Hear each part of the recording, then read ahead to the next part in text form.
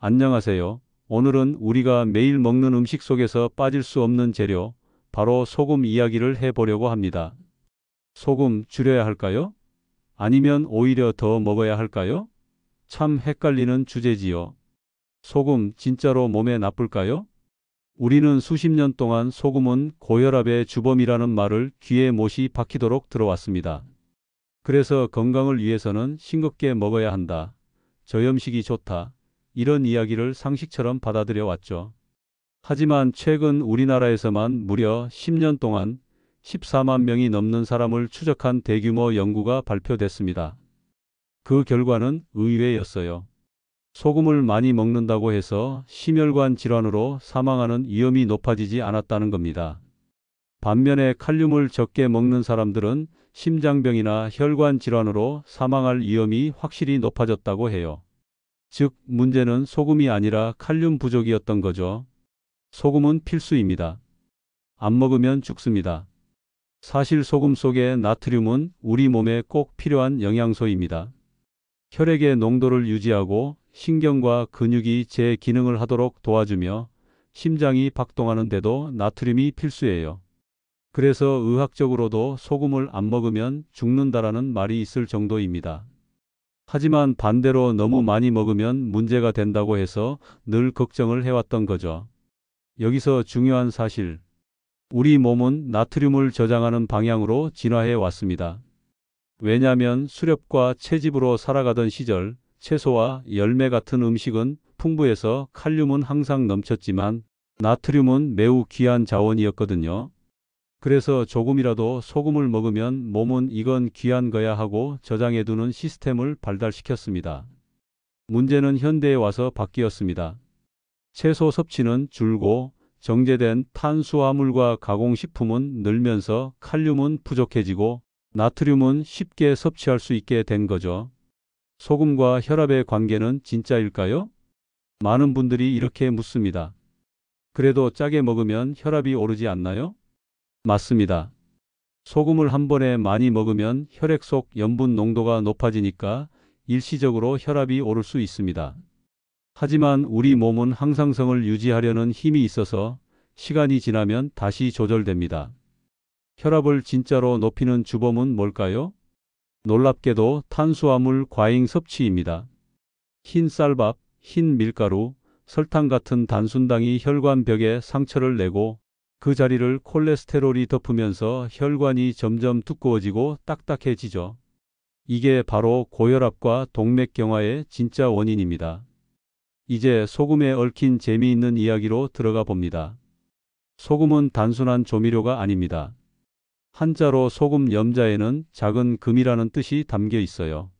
말 그대로 금처럼 귀하다는 거죠. 영어로 소금을 뜻하는 솔트라는 말도 흥미롭습니다. 고대 로마에서는 병사들에게 월급을 소금으로 주기도 했는데 그때 쓰인 말이 살라리움, 바로 오늘날 샐러리로 급여의 어원이 되었습니다. 그만큼 소금은 인류 역사에서 돈만큼이나 중요한 재화였던 겁니다. 자, 그렇다면 어떻게 먹어야 할까요? 이제 중요한 질문이 남습니다. 소금을 어떻게 먹어야 할까? 첫째, 좋은 소금을 선택해야 합니다. 정제 소금보다는 천일염, 히말라야 소금, 자연 그대로의 소금을 권장합니다. 이런 소금에는 나트륨뿐만 아니라 마그네슘, 칼슘 같은 미네랄이 함께 들어있어서 우리 몸의 균형을 맞춰줍니다. 둘째, 칼륨 섭취를 늘려야 합니다. 소금을 줄이는 것보다 훨씬 중요한 게 바로 칼륨이에요. 칼륨은 나트륨을 배출시켜주고 혈압을 조절해줍니다. 바나나, 아보카도, 고구마, 시금치, 버섯 같은 음식에 풍부합니다. 셋째, 내 몸의 상태에 맞게 조절하세요. 이미 고혈압이 있거나 심혈관 질환이 있는 분이라면 의사의 권고를 따라야겠지요.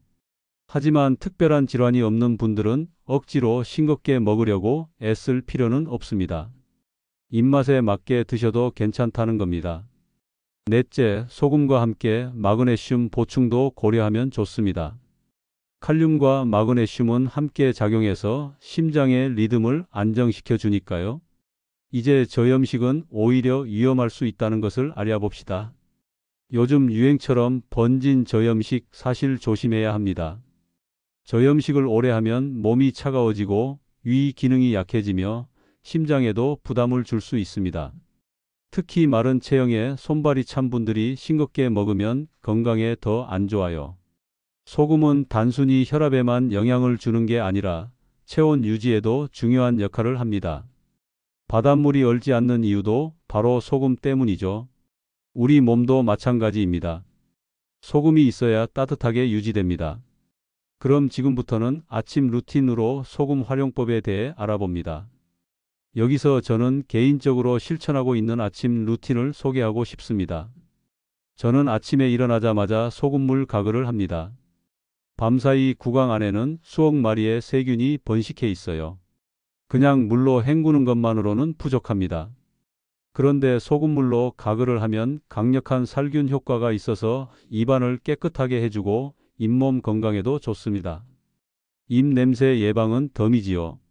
저는 소금물 가글로 하루를 시작하면 입안이 개운하고 목이 시원하게 뚫리는 느낌을 받습니다.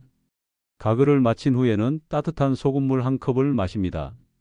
공복에 따뜻한 소금물을 마시면 밤새 땀과 호흡으로 빠져나간 전해질을 보충해주고 위장 운동을 부드럽게 깨워줍니다.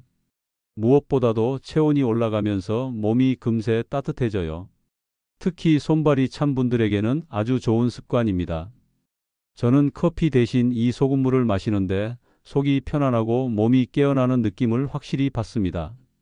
단순히 물만 마실 때보다 훨씬 든든하고 하루 컨디션이 좋아지는 걸 경험합니다. 이제부터는 체험에서 얻은 깨달음을 이야기해 볼까 합니다. 17년 동안 맨발로 걷기를 하면서 저는 자연의 힘을 믿게 되었습니다. 약이나 보조제도 물론 필요하지만 바람, 흙, 물, 그리고 소금 같은 가장 단순한 것들이 오히려 우리 몸을 살린다는 걸 깨달았습니다. 소금도 마찬가지입니다. 그동안은 고혈압의 주범이라고만 여겨 피하려고 했는데 오히려 좋은 소금을 적절히 쓰고 나니 제 몸이 더 건강해졌습니다. 아침 루틴에서 소금물이 빠지지 않는 이유가 바로 그 때문입니다. 그럼 실천 가이드에 대해 말씀드리겠습니다. 혹시 시청자 여러분도 따라하고 싶으시다면 이렇게 해보세요. 소금 반 티스푼에 미지근한 물 한 컵을 아침, 저녁 하루 2번 가글을 해보세요.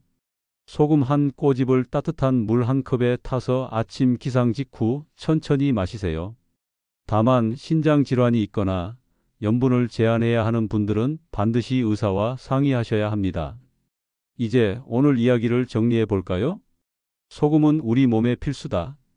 고혈압의 주범은 소금이 아니라 탄수화물 과잉이다. 진짜 문제는 칼륨 부족이다. 소금은 좋은 소금을 적당히 칼륨과 함께 먹자. 저염식은 오히려 건강을 해칠 수 있다. 소금은 조미료가 아니라 하루 건강 루틴의 동반자다.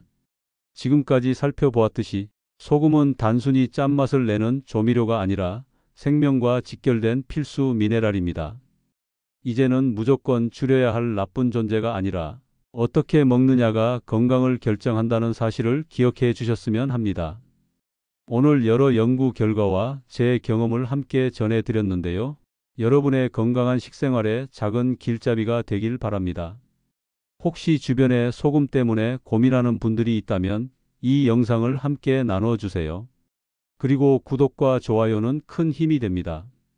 감사합니다.